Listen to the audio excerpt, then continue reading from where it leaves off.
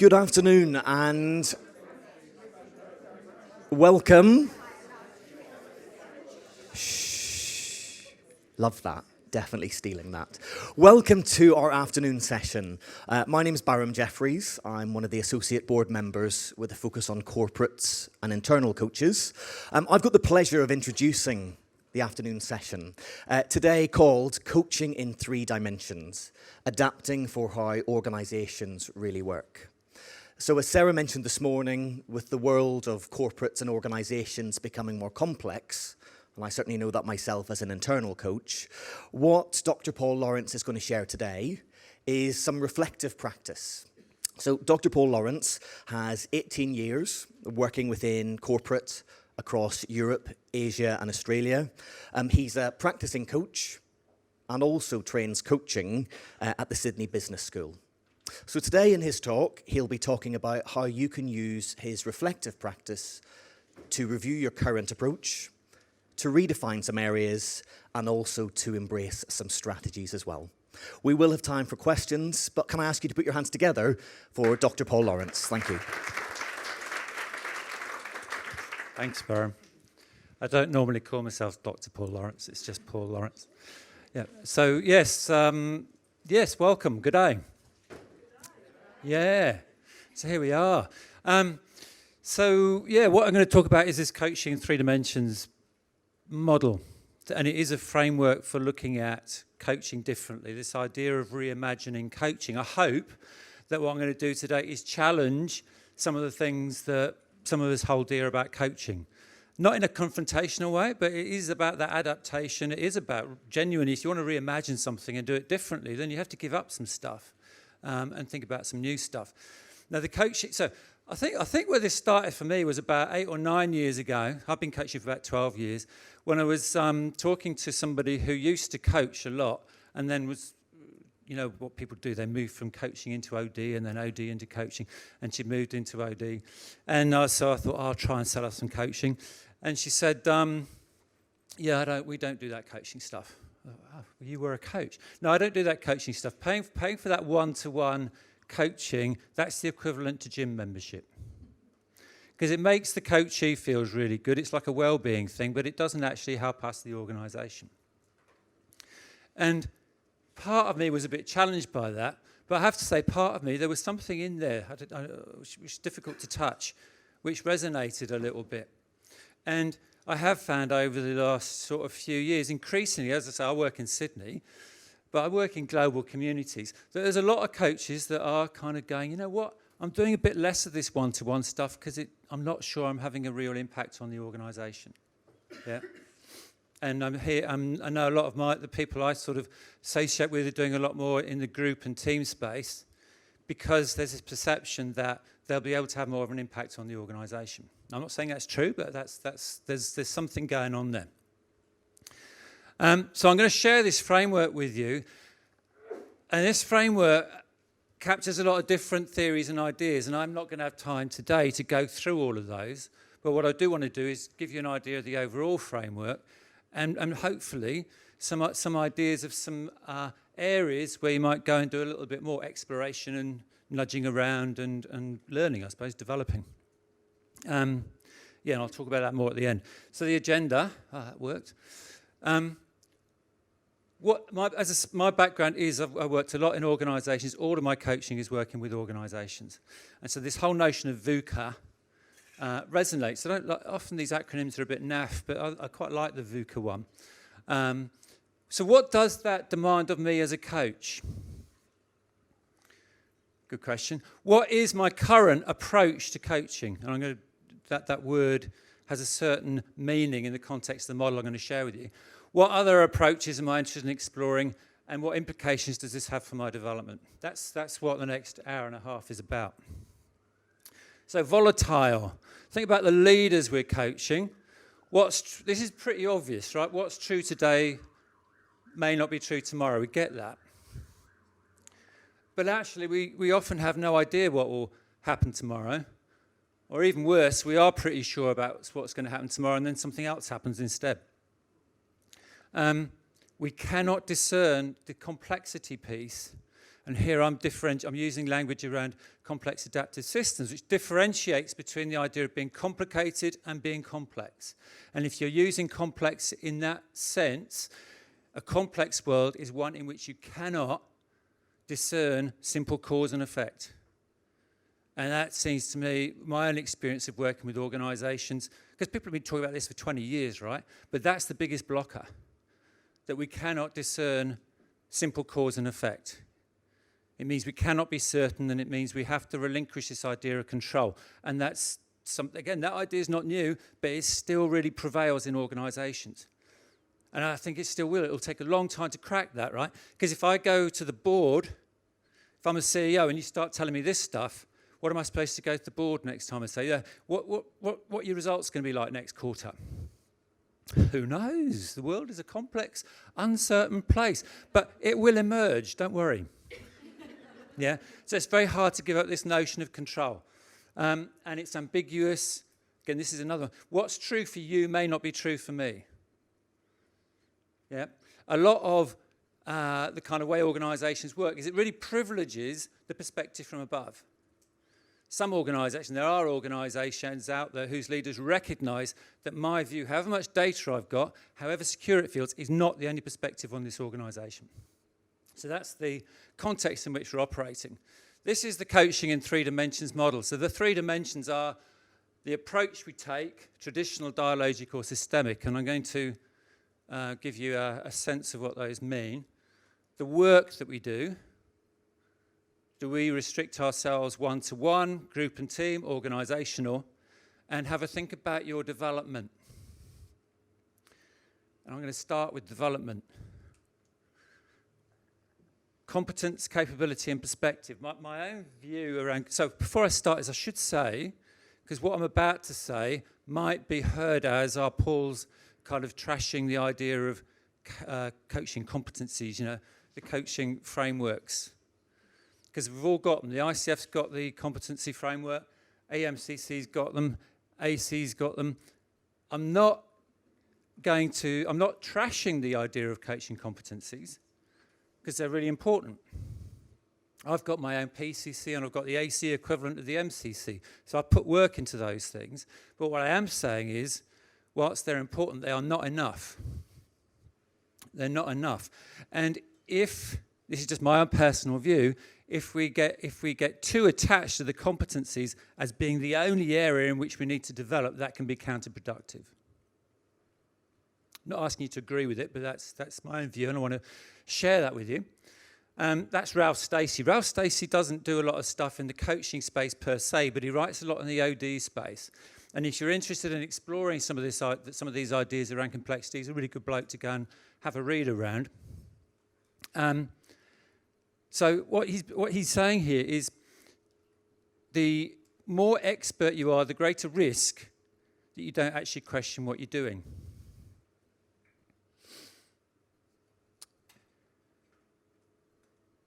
And that gives you this idea of skilled incompetency.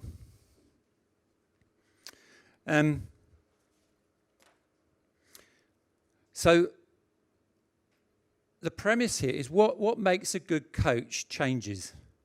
It changes as the world changes. If you take this notion of VUCA seriously, as the world changes and the challenge that leaders face change, then our definition of what constitutes good coaching needs to change.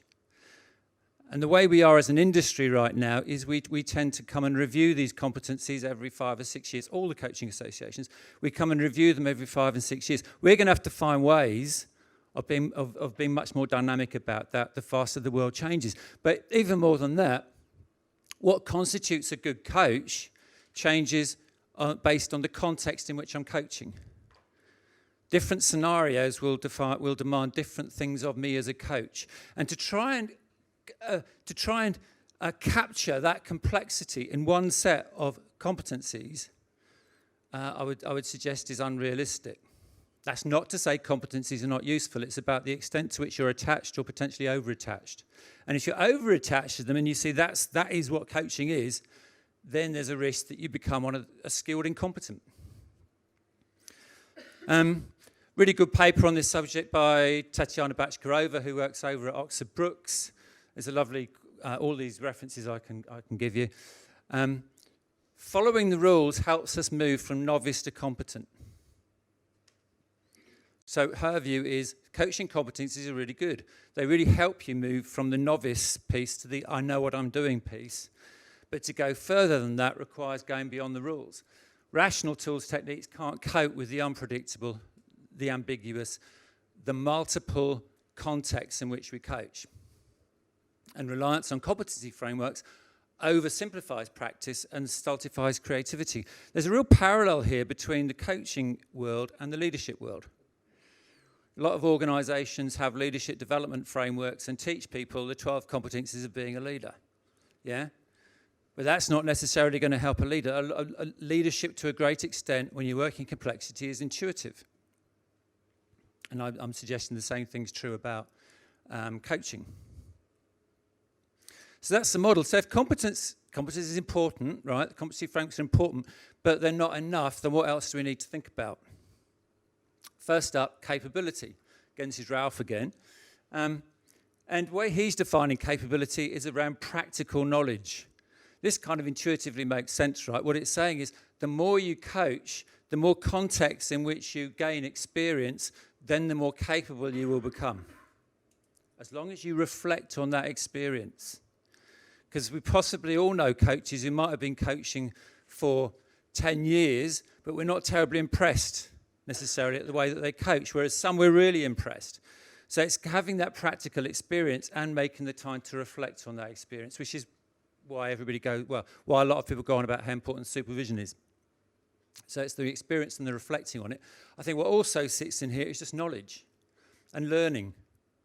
So if I'm in a particular context and I've learned about what a Gestalt coach might do and what a narrative coach might do, et cetera, psychodynamic coach, the more, this is how Clutterbuck talks about mastery in terms of eclecticism.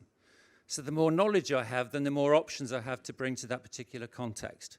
So that's what we mean by capability.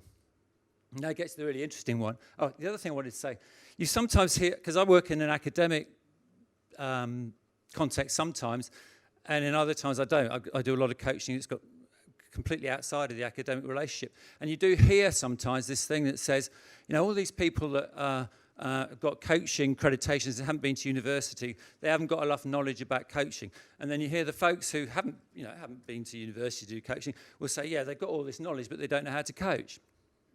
Have you heard that?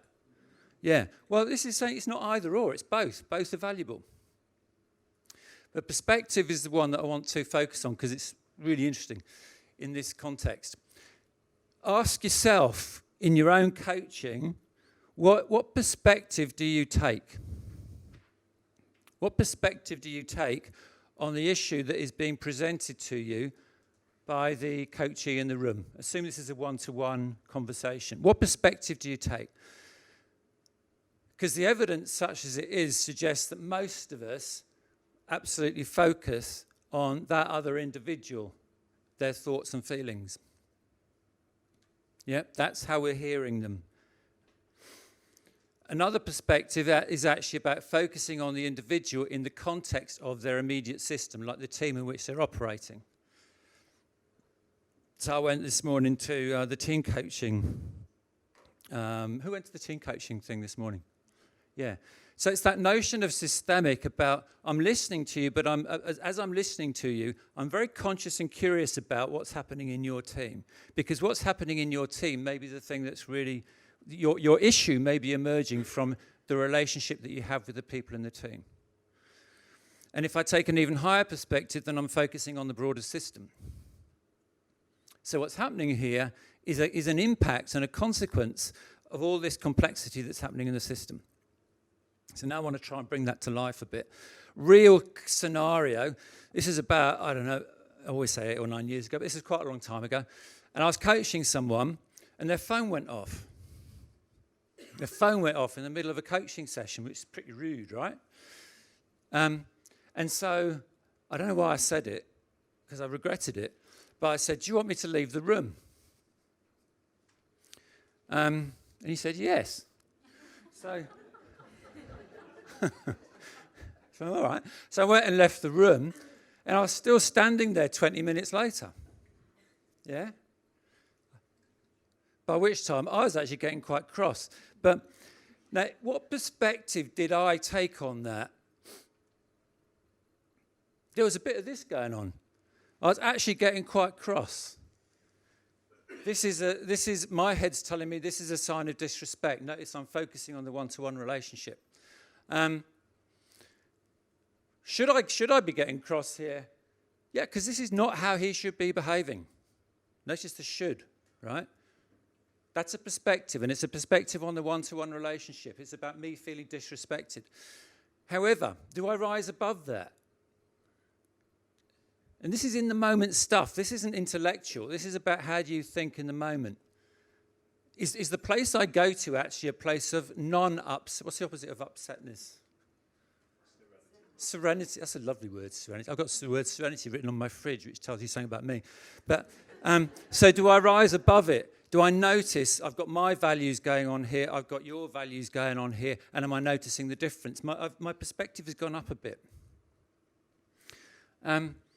Do I rise further above it? And actually, I did manage to just about access this space, which is his behaviour actually? Don't like the word symptomatic, but is his behaviour something that's being co-created as part of the organisation, the culture, and the system in which he operates? So, which perspective do you take? Yeah, who said all of them? Good. I'll come back to that in a minute. If it's all of them, which is the one that perhaps you first experienced, and do you experience all of them? Some of you, it may not be all of them. But I'm talking about the perspective you take in the moment. Yep. So which perspective do you take? So perspective taking. Now this is me being a bit ambitious, this leads us into adult development theory. Because you'll hear, so this is a bit controversial. So there's some coaches, Michael Kavanagh, actually David Clutterbuck talks about this, that talk about one of your jobs as a coach is to lift the perspective-taking capacity of the person that you're coaching. Is that what you think? Is that what you believe? In which case, we're talking about adult development, particularly stages. Who's familiar with Keegan theory? Good, quite a few. So this is going to be a cartoon version. Stage 3, socialised mind, means, hey, I've got my values and beliefs, yeah? But actually, if you put me under pressure, I start looking to others just to make sure I'm behaving in accordance with those values and beliefs. So my meaning-making is very much about how others think. Self-authored mind, you put me under pressure, I go internally. What are my values and beliefs? Even if someone else is unhappy, as long as I'm behaving in accordance with my values and beliefs, I'm doing all right. Self-transforming mind says, I recognise I have values and beliefs. And I recognise other people have values and beliefs, and I'm capable of actually noticing the difference. And I'm constantly curious about that difference, such that my own values and beliefs are quite formative. So, how do you respond if, I don't know if this happened to you, maybe I'm the only one, right? But you sit down with the organisation and they say, you know that coaching assignment you're halfway through, it's really not working very well, so we're going to stop it. Because you're not doing a very good job. So we're going to get another coach in instead. Yeah? How do you respond to that? If you're in that 3-ish state, if that's predominant, then you're going to feel upset. What did I do wrong? Oh, God, I'm a terrible coach, and I thought I was a good coach. I sort of suspected I wasn't a good coach, and now it's just proved I'm not a good coach. Or do I go into the 4-ish space, which is where I know what good coaching is? I know I did a good job, so then you get phrases like, coach isn't ready for coaching, or maybe the organisation is just not ready for coaching. Yeah, so that's a good thing that happened. Or do I go into the 5-ish space, which is where my perspective is above all of this stuff, and I'm curious and I'm noticing what's going on. And maybe in that curiosity I find out, maybe the CEO just had a really bad experience with a coach who then blew off the HRD because why are you investing all this money in coaching? So the HRD had to find a reason to get rid of all the coaches. I'm going to be much more attentive to that kind of possibility if I'm in that 5-ish space. So there you go, 3, 4, 5. Ladders and onions. Yeah, ladders and onions, really important when it comes to adult development. So the original account of adult development and the 3-4-5, call it 3-4-5, is you are somewhere on that ladder, right? So where are you? Are you a 3? Or are you a 4? Or are you a 5? Or are you in between 4 and 5 or in between 3 and 4? Yeah? I was involved in a research project where they tried to work all that out, and it doesn't work. And it doesn't work intuitively, actually, when you just start talking about it and sharing it with people. It's much more like an onion model. So I've got my 3-ishness, yeah? And then I grow another skin, and that's my 4-ishness. And then I grow another skin, and that's my 5-ishness. But I've got all of it. Yeah? So I might be in a coaching session, and I'm really pleased with myself because I think I actually managed to stay in that 5-ish space, yeah? And then, what's the equivalent to Optus over here? Telecoms. Yeah? Oh, I bought a SIM card in the airport, right? It said £10 for 2 gigabytes, and I put it in and nothing happened. So then I rang EE. Then I rang whoever, I'd never heard of EE, but then I rang EE, yeah? And they told me, yeah, it says £10, but that doesn't mean you get 2 gigabytes. You then have to go and buy a top-up card. My brother's just rang me 2 days later saying, what have you been doing on our telephone? Because it was premium rate. So that sort of thing, I just get angry about that, right? And I stomp my feet. And when I'm talking to people on the telephone, not all the time, just occasionally, and then I stamp my feet. And I'm really in my 2-ish space, yeah? I'm not thinking systemically. I'm not thinking about values and beliefs. I'm actually behaving in a way that's contrary to my values because the other person on the phone didn't invent all this and I'm being offensive. So we will move in between. So that takes us into the lovely, lovely, lovely stuff around multiplicity theory. And if you're interested in who's familiar with multiplicity theory? Just a few. This is brilliant stuff, right? This will transform your whole approach to coaching, and I'm not going to go through it now. But if you want some stuff on multiplicity, just shoot me an email and I'll send you some stuff on it because it's brilliant. But for the time being, consider that you have 3 selves, a 3-ish self, a 4-ish self, and a 5-ish self. Which one, that's what you were saying about all of them, right? So they're all there, for some of us anyway. Donald Trump, I wonder. I wrote, anyway. So, sorry? Yeah. Anyway, I wrote a LinkedIn thing about Donald Trump, how to coach Donald Trump. I got so much hate mail. Yeah, anyway, so think about, you've got a self, you've got 3 of these cells, and the question is, which ones of them tend to show up in which context? This is a way of starting to think about in your own development. Remember, the premise here is, you don't have to agree with it, that I'm going to be able to function more effectively in a complex world the more complex my own perspective-taking capacity is. So you don't have to agree with it, just hold that as a premise, right? The next question then is, so where am I? You're not on a ladder, you're in an onion, yeah? So if you think about these cells, which show up when? So think about team coaching. I go into a team coaching. Who does team coaching? Yeah. Oh, isn't it horrible? Yeah. Yeah. When you go into a team coaching scenario and you're doing that team coaching stuff, which is about managing the system, my 3-ish self cannot go and do good team coaching because my 3-ish self wants everything to be nice and harmonious. That's no good. As a team coach, I'm trying to explore. I've got to go towards the tension. Whew, my 3-ish self doesn't like that. So what happens when you're in that team coaching session and there's some tension? And you know that thing, triangulation, Bowen theory, family system. If 2 people, there's no such thing as a perfect relationship. So if we have the tension in our relationship, if I start cranking that up, that's going to be triangulated onto somebody, right? Well, it's going to be you, usually, as the team coach. So how do you respond to that? Wow. Do they all really think that I'm feeling really uncomfortable now because now they don't actually think that I know what I'm doing? That's my 3-ish self talking. It's my 3-ish self talking. Your 3-ish self will have its own voice. Or, I know I'm doing a good job, even if they're not all happy. This is the team coach who, it's not my practice, this is the team coach who, after a team coaching session where so-and-so has been really awkward, I'll go to the team leader and say, you know what I think you need to do here, right?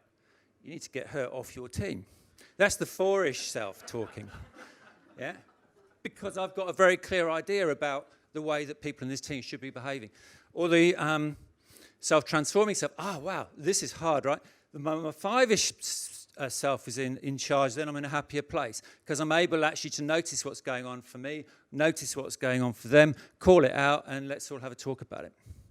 So this is where I pause for a bit. Question 1, I'll give you 10 minutes to talk about it. Which of these do you recognize in yourself, and when does each show up? I'll give you about 10 minutes.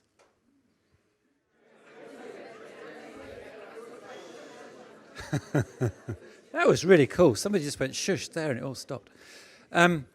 Yeah. So there you go. So I've talked about the coach development piece. Yep. Competencies. Okay, if I want to develop my competency, I know what I can do. I can go and do some learning in that space. If I want to be more capable, yep, I know what to do. I can go and get some more experience, get some supervision, learn some more stuff. What do you want to do if you want to achieve another level of perspective taking is another question. And I'm going to answer that later. Yeah. But we won't forget that questioning voice. But we're going to move on. So what is my current approach to coaching? What other approaches am I interested in exploring? So now we're down here on the right-hand side. Yeah. Traditional coaching. Now, I did this talk to somebody once and they told me that's not traditional coaching, this is traditional coaching. And I thought, I'm not using traditional coaching as a sort of fixed generic term. So it's a perspective on traditional coaching. That there is this exclusive focus on competence. There's this emphasis on goal setting as a very linear process. The coach is perceived as this independent agent that comes in. I'm independent. I'm going to coach you, right? This is all about you. I'm just independent in all of this. And there's very much this focus on the one-to-one relationship. And you can add your own bullet points to that. Those are just some of the ones that occur to me. That is still out there, less and less so, I think, but it's still out there very much as an approach to coaching. This focus on the one-to-one relationship. I did some research about 3 or 4 years ago. It was on supervision. And I can't remember how we got to the subject, but we were talking about supervision. When do you use it? And one of the questions was, so when do you use supervision when you're actually finding you've got that conflict between what the coachee wants and what the organisation wants? Yeah? And she said, I don't do that. I don't meet with the organisation. I don't meet with line managers, and because it's far too stressful. And if you start putting me into that space, then I'm going to go and get another job. I was only the researcher. I wasn't going to put her anywhere. But that's what she said. So that focus, that is that traditional approach, which is very much about I'll leverage my competencies to work with you one-to-one. Now, that implies a kind of mental framework that says same rules apply in all contexts. I can take my competency framework and apply it. Doesn't matter what happens. It's going to work for me, always. It implies a kind of linear cause and effect thing. I'll coach you to develop that skill. That's my job done. Then you'll go into the organisation, apply that skill, and have a better outcome. And that's how organisations work. It's actually not how organisations work, and it implies leaders are autonomous, rational decision-making entities. Well, they're not autonomous because a lot of the contemporary stuff on how organisation works says leadership is actually a social process. It's not about individuals. Leaders are certainly not rational, right? That's not a criticism. They're not rational because none of us are. And it implies a kind of quite a simplistic model as to how organisations work, which tends to be hierarchical. I always smile when organisations say, I want you to know how the organisation works, right? And they hand you the organisation chart. Gives you a few clues, that's about it. So it implies the world is simple, or at least, or at worst, complicated. It doesn't reflect how organisations work. Here's one perspective on how organisations work. This is in a change context. So I do some work in the change space. So information, this is a change program, right? So information flow comes from the top.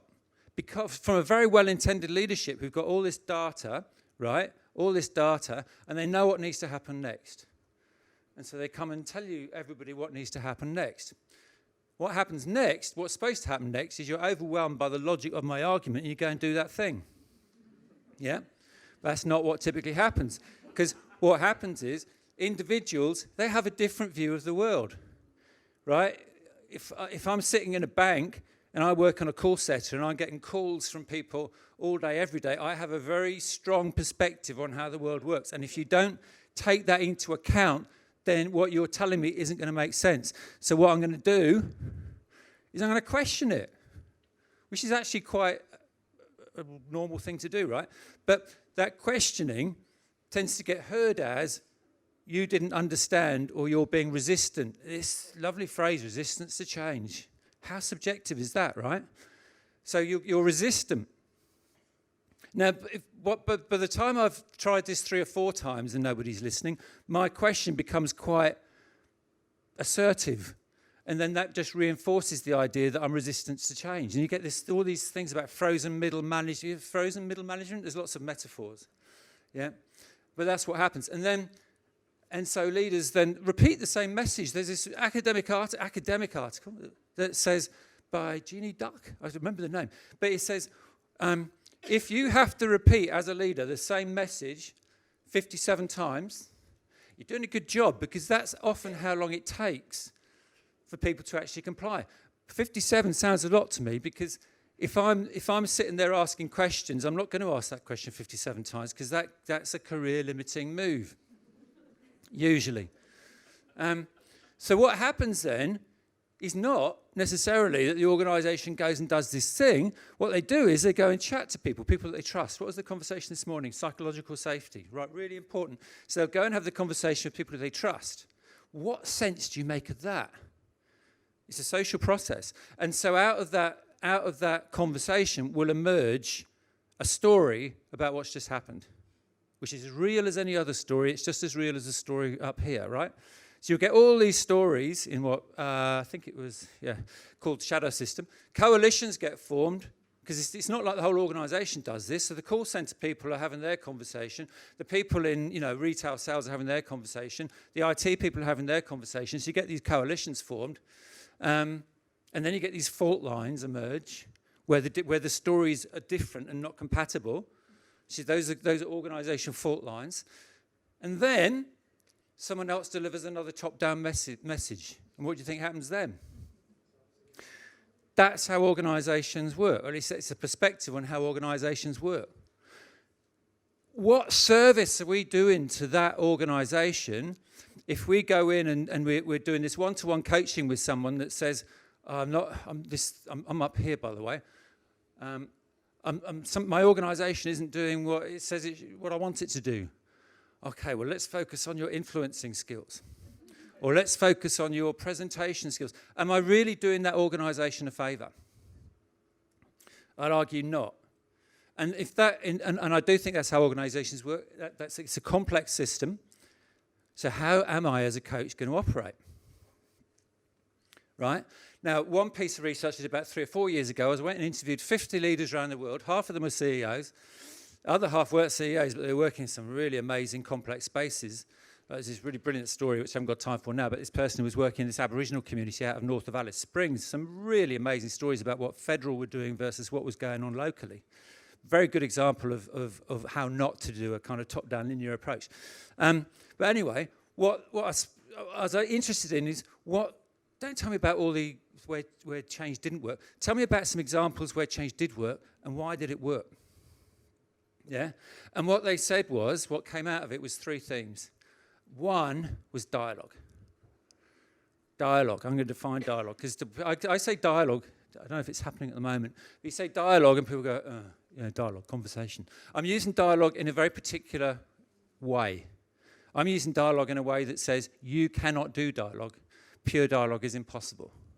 So that's not the same as conversation, right? So and I'll explain that in a minute. So they talked about dialogue, which is this propensity to actually go out there around your organisation, which lots of leaders do, but go out there without an agenda. Go out there with a genuine, authentic curiosity to find out what all the different people in your organisation, how they're experiencing your organisation. If that sounds easy, there are very few leaders that do it. Yeah? And dialogue isn't just about listening. Have the courage to say respectfully what your perspective is on what's happening. Again, a lot of leaders don't do that. A number of times, I don't know if you've had this experience of asking leaders to sort of open your courses or whatever it is, or do, what do they call it, town hall. Yeah, the number of leaders who stand up there, they say their bit, and then they're off, right? Because they don't want to get asked a difficult question.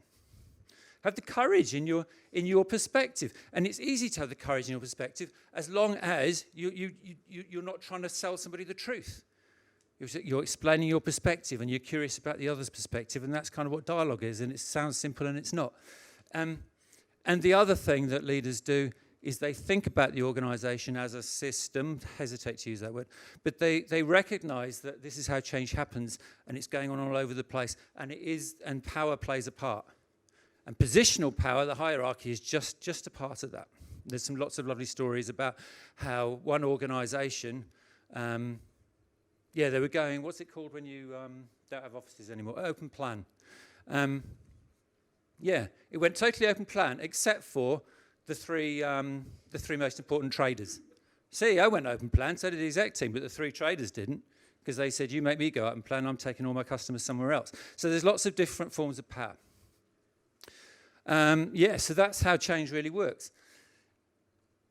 Dialogue. Before I go any further, I want to define dialogue. So here's dialogue. In any conversation I go into, this is Bill Isaac's stuff. That diagram is a Bill Isaac's diagram, uncredited. So I have a choice between suspending all of my prejudices and beliefs, all my non-negotiables, or taking them in with me.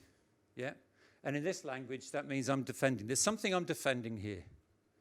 Or I'm going into it totally, not dismissing, but suspending all the little voices in my head that's telling me what should be going on here. Yeah? I'm suspending or I'm defending. Pure dialogue is impossible because none of us, all this stuff around self-actualization, self-differentiation, none of us know ourselves well enough to be able to know exactly what's going on in our head and all the little things that are going on. We know a lot of it, right? And you become progressively more aware of it, but you can never know all of it, which says pure dialogue's impossible. So if you thought dialogue was easy, it's not, right? So pure dialogue isn't. So suspend, defend. It's a lovely question to ask yourself when you come out of a coaching session. How much time was I engaged in dialogue there? How much time was I actually involved in skill conversation? That picture's the same on purpose because they're not necessarily easy to tell apart. But skill conversation, I've got my things that I'm holding on to. You've got your things that you're holding on to. And we do this beautifully, amicably, because we're good at it, right? But it's not dialogue. And from dialogue emerges new possibilities. It's another way of saying... I'm so sorry. Could you just explain that again? Yeah, thank you. Right. So I'm going to go into a conversation. You have a choice to make. To what extent am I going to go here? I'm really going to try and recognize all the things that are going on in my head, all the little voices that are talking, the little voices talking in your head. Recognize the little voice that's saying, you just need to delegate more. I'm recognizing that, I'm suspending it. So I'm suspending it, so I'm just totally open to whatever you might say. And I'm going to seek to engage with that. That's suspending. Yeah? Defending, there is something going on in my head, one of the little voices, and I'm probably not even aware of this, that I am listening to, and it's guiding my behavior. So if the little voice is saying, okay, keep talking, I've heard enough actually. This is my little voice speaking. I've heard enough. Can you just stop talking now? Because I've worked out what the issue is. The issue is you don't delegate enough. Now, as soon as I'm into that space, I'm into monologue, not dialogue. And so that's what you're saying, that's where the skilled conversation, so you could do it, you could have that exchange in an amicable way, and therefore neither knows that you've actually screwed up that whole conversation. Well, Because you didn't. not necessarily screwed up. Here's the thing, thank you for that, because all of these, dialogue, skill, conversation, and debate, all have value. They all have value. The question you've got to ask yourself, I know what my view is, but your question you've got to ask yourself, because it's a personal question, there's no right or wrong answer, is, to what extent do you believe in a coaching conversation you are better off most of the time trying to engage in dialogue? If you believe that you're better off trying to engage in dialogue most of the time, because that from there will come new possibilities, then if you have slipped into skilled conversation without choosing to do so, then you've probably had a less effective conversation than you might otherwise have had. Which is me just being very polite and trying not to use the word screwed. Yep. So that's dialogue. So, as I said, to suspend something is to spin it out so it can be seen. That's how Isaacs defines it. It's there, I can see it. I'm not trying to dismiss my little voices. They may be right, they may be wrong, but I'm seeing them, and for that particular moment in the conversation, I'm seeking to operate independently of those little voices. Versus what Isaacs calls noble certainties. I've already talked about the first one. I'm a coach, you need to delegate more. I've stopped paying attention because I've decided I know what the answer is. You need to delegate more. Or, I've got the best model for this, right? I know. I've stopped paying attention. I know what your issue is, and I've got this brilliant model. Yeah? I read the book yesterday. It's brilliant. I didn't read it yesterday. I read it 10 years ago, and I've used it with 50 clients, and it always works. Versus, that's a rubbish idea. That is a really rubbish idea. We can't let them do that. So let me just ask you this question. I'm just trying to, am I the only one that's ever done any of that stuff? No, yeah. And it can sneak up on you. And coaches don't offer suggestions. That's limiting the way that you're going to choose to participate in the conversation. Yeah. I'm not saying that's right or wrong, by the way, but it's a noble certainty. It's not my role to share personal experiences. Interesting team coaching, wasn't it? If you share your personal experiences, that's a good thing. You're not supposed to do that, though. So, again, be aware of your own noble certainties. My job, this one, as a coach supervisor, this comes up time and time again, even with experienced coaches. But I didn't come up with a solution. I've got to get things moving along. Which you do a lot of the time, because there was the organisation that said to me, we only use coaches who get their goals sorted out with their coachees in 2 sessions. If you don't do that, you're out. Yep, so there's a lot of, this is co-created. Yes. Question 2. What are some of your noble certainties with regard to coaching? And how might they get in the way of you being as effective a coach as you could be? I changed the question there a bit. Yep. Go.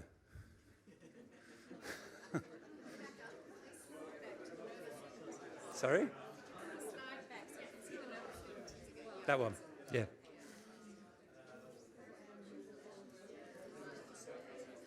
So, what are some of yours, do you think, to the extent that you are aware of them, and how might they be getting in the way of you being an even better coach than you are today? Cool. So, dialogue. That was my attempt to explain dialogue in 10 minutes. So dialogic, if I'm operating in that dialogic space, if I am in that kind of dialogic space, it's not that I have no interest in coaching competencies, but I'm holding them lightly. I'm actually much more focused on my listening and how I'm listening, and I'm focusing on my own comfort and courage in saying what needs to be said, and I'm thinking about what's going on outside the room that's showing up inside the room and vice versa. That's really what I'm paying attention to. I'm doing my best to listen without prejudice. I'm doing my best to do that. I'm saying what needs to be said respectfully. I expect, this is a difference between traditional and dialogic. Again, as a supervisor, hear quite a lot people saying, I don't know what's going wrong here, because my coachee keeps coming up with these things they're going to do, and they never do them. Well, what's that? Obviously, either I'm doing something wrong, or they're just not very good at being coached. I've seen coaches get really angry about that. But if I'm coming from this dialogic space, and I believe, it's a belief, if I believe that change emerges from the dialogue that we have together, then it's not a great big step to recognise that change emerges from many conversations and dialogues that happen across the organisation. So if my coachee comes back having decided that intention just isn't so important anymore, I don't feel defensive or cross about that. I feel curious about that. They recognise they are co-creators of the dialogue. This is really quite different. It is not me seeking to help you come up with your solution. That's what coaching gets described at. Lovely, but it's not how it works. The dialogue, I am just as much a co-creator of what emerges out of this session as is the coachee. And if that sounds a bit odd, just think about it. Look at the person next to you or behind you or wherever. If you were to coach me, what would emerge from that conversation would be different. In some cases, quite different, depending on who it is that's coaching. You are a co-creator of the outcome, which I think is both exciting and there's a responsibility. And you have that adaptive mindset. So there you go. Traditional approach. We talk, coach decides to change. It's all within you. Dialogic, we engage in dialogue. Change emerges from that dialogue. Systemic, the switch from dialogue, from dialogic. 1 second. Could you bring that slide back for a second? That one? Thank you so much. Yeah. Right, cool. The shift from dialogic to systemic is not kind of massively different. It's about a shift in perspective taking. Your perspective taking just goes up a little bit. In dialogic coaching, I'm noticing that what emerges is between us. Once I really get the hang of that and it becomes part of my belief system, then that's how I see the organisation as a whole. The organisation is just this massive, noisy thing with all of these conversations going on and change emerging in local patterns and these different changes kind of interacting with each other all the time. That's how it works. That's the system. There's lots of difference of systemic, by the way. This is just one version of what systemic means. So I'm curious around the patterns of dialogue. Who's talking to who? Who's not talking to who? Which conversations does my coachee need to be a part of? What conversations might I usually be a part of? Like, it gives you a whole different perspective on the three-way line manager meetings. Yeah? For example, how many of those conversations are dialogue? How many perhaps need to be? Where's the dialogue missing? Who needs to be in the dialogue? Who is this organisation? What's the identity of this organisation? And identities are constantly changing as a consequence of the dialogue that's happening in the organisation. It's a very different way of looking at things. Yeah? And I'm just constantly aware as I have this conversation with you in these walls and I can't see through the door and it's not a glass window, that nevertheless there's all that other stuff out there. And it's all having a massive part to play in what happens in here and vice versa. So there you go. New stuff emerges from dialogue, and it's unpredictable. It's unpredictable. That's the big challenge for leaders. This stuff's unpredictable. That's the challenge for us as coaches. It is that thing. The dialogic thing requires a trusting process. At the end of this session, I am not thinking about we need to get an answer, because I know if I engage in dialogue, something new will emerge. That requires a real step of faith I have found through supervision conference and my own experience, if you want to play with it. So traditional dialogic, systemic, as I said, it's a sort of another step on. It says, we, and that includes me, we are participants in a broader dialogue and changes emerging from all these interactions.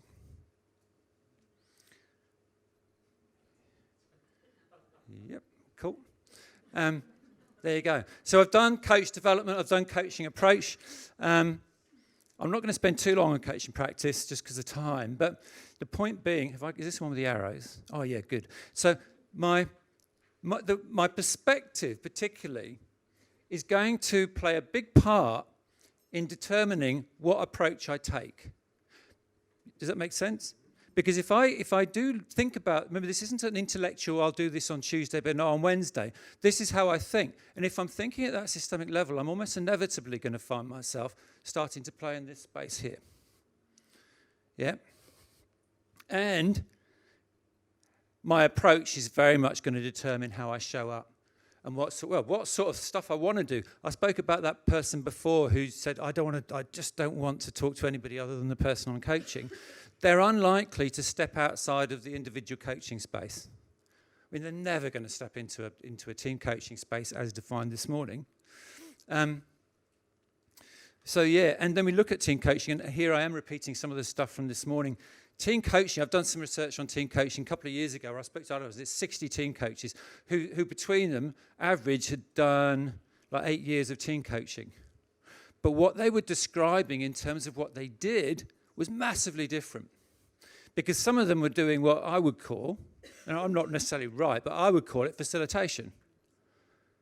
But they were calling it team coaching.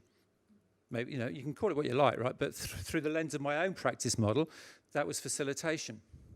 Lots of team building stuff happens, and we call it team coaching. Team coaching, as I'm describing it, and is like, I want that. I know that's the energy that's going on. Somehow I need to find that to be able to work with it. Oh, I'm not going to go into that space if I'm in that traditional space and I'm not thinking that systemic space. Just not going to do it.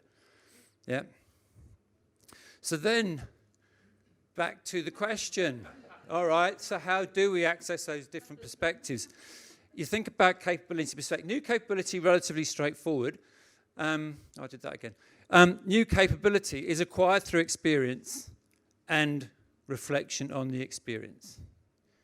We know that, right? You can go through this experience and stuff it up 10 times. If there's no learning, you're just going to keep on doing it the same old way. And we know that there are certain circumstances in which that's what we do.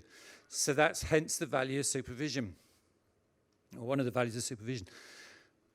Now let's talk about, the clue is here, right? This is stuff around, constructive developmental. I shouldn't have written that. It's like the Keegan theory is a constructive developmental theory. What this basically says is the perspective you take, you construct it yourself. It's self-made. Unfortunately, it's not a conscious process. Unfortunately, you can't go to a course and learn a different level of perspective taking. University of Sydney tried it. It didn't work.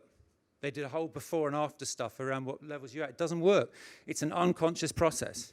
So you don't get to control it. However, people progress from one way of meaning to another in response to their environment becoming more complex.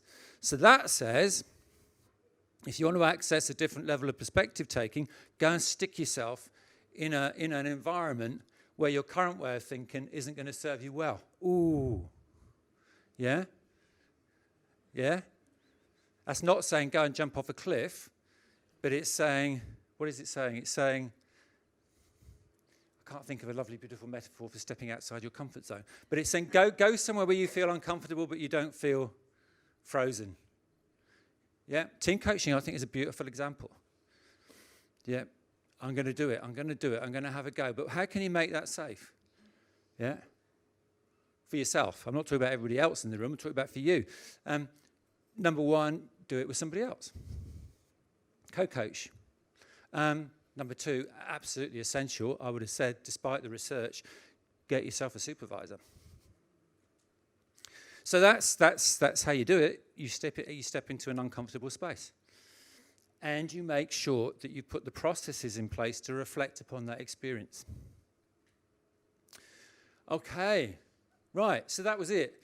But then that's all a bit conceptual. So now let's go to some other things you can do to sort of move this forward. And here I've gone to the coaching approach place. Coaching approach, some different ways of trying out stuff. Yeah? If it's in that coaching practice space where the potential for developing is, then you obviously want to plan that and have a bit of a think about what are some different things I can do. Does that make sense? So here's some things. Adopting a systemic approach to your individual coaching. Actually talk about the system with your coachee. Again, it's a mindset thing. Might sound really obvious. There's some anecdotal research that says very few coaches do it. Are people familiar with Hawkins' 7I model? Yeah? Yeah? 7I model basically says if you're supervising, think about how much time you're spending on the coach and the coachee relationship and your relationship with the coach and everything that goes on around. The research says that actually most coaches, even the ones that call themselves systemic, still spend 80% of their time just talking about the coach-coachee relationship. So it may require a conscious purposefulness on your part to actually go in there and purposefully start bringing the system into the room. Talking about the system. Map the system. I'll talk about that in a minute. Invite the system in the room. This is brilliant. We all do it, well, not all of us. I know a lot of us, don't want to make assumptions, but we have meetings with the line manager. Do we? Yeah, me, coachee, line manager. And ostensibly, those are about, let's just make sure everyone's on the same boat when it comes to why we're doing the coaching. Yeah? But, that's a real opportunity to notice the part of the system, what's going on in the room. It's a really good one. So I had a coachee once who said to me, my goal is whenever I go and stand up and talk in front of the board, I just go blah, blah, blah, blah, blah. I just start talking very fast. And nobody really understands it. And that's the feedback I'm getting. I'm not going to get promoted because of that. So the line manager came in the room, and we're talking about the thing, and she says, yeah, and I will, he said, will you give me feedback? Because you're on this team. Will you give me feedback when I'm doing that thing? And she said, yeah, but you don't take feedback very well. Okay, and they had a conversation about it.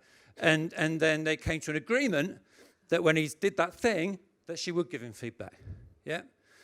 About 5 minutes later, he went off on this thing. He just went blah, blah, blah, blah. And I'm sitting there thinking, I am trying so hard to understand what you're saying, and I don't understand a word of it. And she said, yeah, I get it. I went, oh, can I just share with you what I'm noticing here? Yeah? And so I shared what I was noticing, and she said, yeah, I didn't understand it, but I still don't feel comfortable giving you feedback. And so that's what I mean, right? You're bringing the system into the room. It's not a hard thing to do. You're bringing the system into the room. But again, it's about your own purpose and your own objectives that you're establishing for yourself in those kinds of meetings. Engage yourself with the system. Have I got time for this? Yeah. So, no, I won't go there. Yeah, we'll go there. So, I was asked to coach somebody in. This is funny, actually. I thought it was funny. I got asked to coach someone in 2 days, because instead of doing that thing where you coach someone for like an hour every month for 12 months, because that takes too long, can you do it all in 2 days? Yeah? And my first reaction was, nah. And then I thought, dialogic system, why not? So we did this thing where I spoke to a whole crowd of people, direct reports, ding, ding, ding, and said, would you be happy to give him feedback direct? So we spent the whole of the first of the day meeting with the direct report, me meeting with all these folks, getting them ready to give feedback. And then in the second day, it was a series of 3 ways where they gave him feedback direct. It was totally transformational for him, right? Because I've played a role in the system and I'm able to notice what's happening in all these conversations. That's part of it, able to help them notice what's happening in the system. So that dialogic systemic thing, can take you to some quite innovative spaces. The principle being, engage yourself with the system because you're able to be more useful as an observer. Working with groups and teams, I think this is a bit of a takeaway from this morning. Focus on what the system requires of the group or team. Learn to work with the system in the room. Lots of models. I love structural dynamics. If anyone's heard of structural dynamics. Yeah, cool. And again, engage yourself with the system. Basically, just put yourself out there with support. Does that make sense? So some practical stuff. Now, I haven't got time. I thought, let's do a little exercise on the map the system piece. I'm going to go through that really quick. But there is stuff on all of this stuff in the book, Coaching in 3 Dimensions. There's another book out there on dialogue, which expands what is dialogue, but you don't have to buy any of that. If my company, CCO, 5% of everything we charge goes towards original research. And we put out white papers every 2 months, and they're absolutely free. And so there's white papers and all of this stuff. They're 5 pages long. They're designed to make complex ideas really simple. If you want to get on that mailing list, just send me an email or just give me a card after. As I said, they're all free, and they're designed to be practical. And supervision is brilliant, whether it's group supervision, one-to-one, or, get a supervisor from outside the UK. Map the system. So this is cool. I have got time for this just about, haven't I? Yeah. So this is a coachee says to me, Bob. I'm talking about Bob. That's not his real name, obviously. So Bob said, I'm in a bit of a hole right now because there's these 2 hospitals. Bob works at one hospital. Lorna's his equivalent of the other hospital. And I was asked to work with Lorna to come up with this approach system that we use at both hospitals. Because I'm recognised as globally being a bit of a thought leader, so that's why they wanted us to do it. The problem is, Lorna wasn't really very up for this, and now she's gone on mat leave. And I've said to my line manager and the CEO, we're going to do this now? I gave them the report 3 months ago, and nothing's happening. And my reputation in the organisation is going down and down and down because they spent time on talking to me and they're saying that was a waste of time. You've clearly got no influence in this organisation, so it wasn't worth talking to you. So that's his problem. And I get him to draw it out, and that's how he drew it. The doctors are not employed by the organisation. There's a doctor in each. What do you notice about that picture?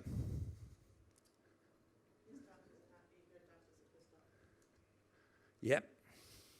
And by the way, Dr. B is pissed off because he knows Bob has got this new system and he wants it. But Bob doesn't want to give him it, just give him it, because he knows that if you don't train the people differently, it'll just fall in a hole and they'll never use it. So Dr. B is starting to get pissed off.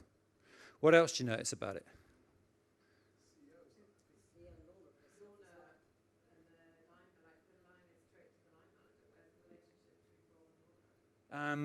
The peers.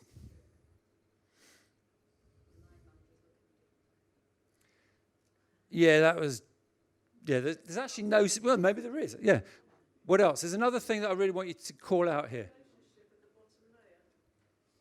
That's right. Well, there are relationships, but they're not part of the organisation. But their relationship actually isn't sort of depicted there. The bit I wanted to call out was it's hierarchical. And this is a real common thing when you start to get coaches and organisations to think about the systems in which they operate. They go straight to the organisation chart. And that's how Bob's thinking here. He's feeling very powerless. Yep. So we had a conversation. And that turned into that. Now, here's the thing. We noticed, so there's some real things to draw out here. This is not stakeholder mapping. Stakeholder mapping, I'm drawing out all the stakeholders. This is more relationship mapping, because what I'm really interested in is the relationships between all the different players. Not just me and the players, but between the players themselves. I'm mapping the relationships and I'm mapping the power in the system. And Bob's insight from this was, I seem to have got pretty good relationships with everyone except Lorna. And I'm about the only person that has. Lorna doesn't have good relationships. My relationship, Dr. B is not happy with me, but this has only just started. It'd be too early to say that's not a good relationship. But I actually have got all the good relationships. The doctors don't have good relationships with the CEO. And in terms of power, I've actually got a lot of power here because the hospital needs me, because I've got this wonderful relationship with the global research community. They're not about to do anything to lose me. And the doctors, who are not employed by the organisation, don't like hierarchy, don't like process, blah, blah, blah. And they actually have more power than the CEO, because all they have to do is they walk, and they've done it before, they walk in the CEO and they say things like, if you don't change the hand dryers in the bathrooms, then we're off. Next day, new hand dryers in the bathrooms, because it's very difficult to replace them. So what do you think Bob did after charting this? Yeah, he basically had a meeting with Dr. A, Dr. B, because Dr. A and Dr. B got on like that. 3 days later, the report goes through and his project goes through. Yeah. Now so they got to their outcome in about a week. Imagine if the coach had actually spent 6 months talking to Bob about his influencing skills. Yeah, that's a nice little tool and which some of you possibly already use around just bringing the system into the room on a piece of paper. Yes, so there we go. That's the model.